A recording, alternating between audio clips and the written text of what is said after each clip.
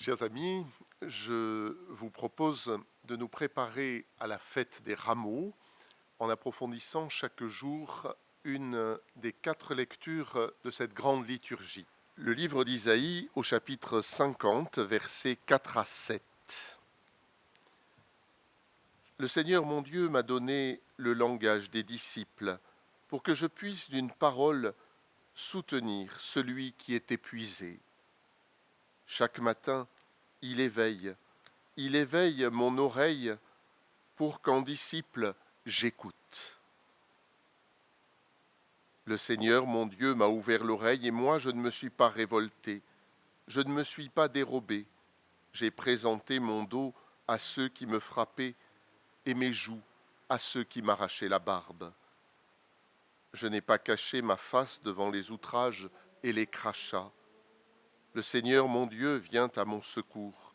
C'est pourquoi je ne suis pas atteint par les outrages. C'est pourquoi j'ai rendu ma face dure comme pierre. Je sais que je ne serai pas confondu.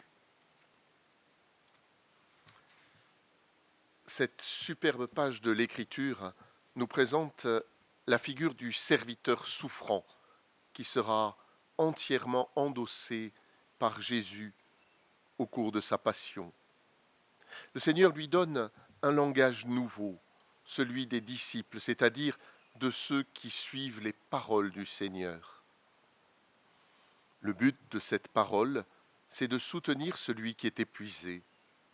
Aujourd'hui, comme disciples du Christ, il nous faut retrouver ce langage de consolation et de bienveillance, cette parole qui réconforte, qui apaise.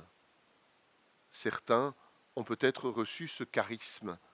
Alors en ce temps, ces temps qui sont les nôtres, n'hésitons pas à en user, voire même à en abuser. Prendre soin des autres, savoir écouter.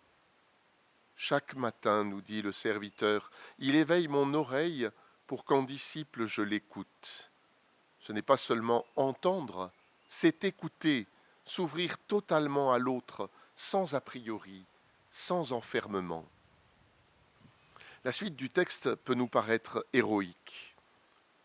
Je ne me suis pas dérobé, je ne me suis pas révolté.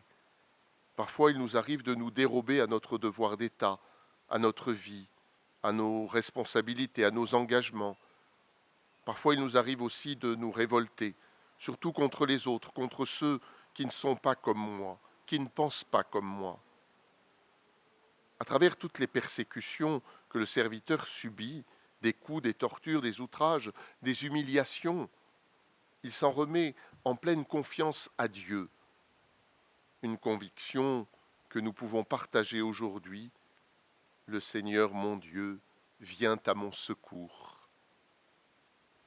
Il est comme un bouclier, une protection, une force qui permet d'endurer toutes les malveillances. Le serviteur obtient du Seigneur sa protection. Son visage devient comme pierre, faisant du mal à ceux qui frappent, qui donnent les coups. Une conviction, une profession de foi enfin. Je sais que je ne serai pas confondu. Je sais en qui j'ai mis ma foi, mon espérance, mon amour. Ainsi, avec Jésus, nous serons prêts de reprendre le psaume 22, qui commence par une plainte « Mon Dieu, pourquoi m'as-tu abandonné ?» mais qui finit comme une action de grâce. Tu m'as répondu, et je proclame ton nom devant mes frères, je te loue en pleine assemblée. Ce que nous pourrons faire dans quelque temps après la fin de cette pandémie.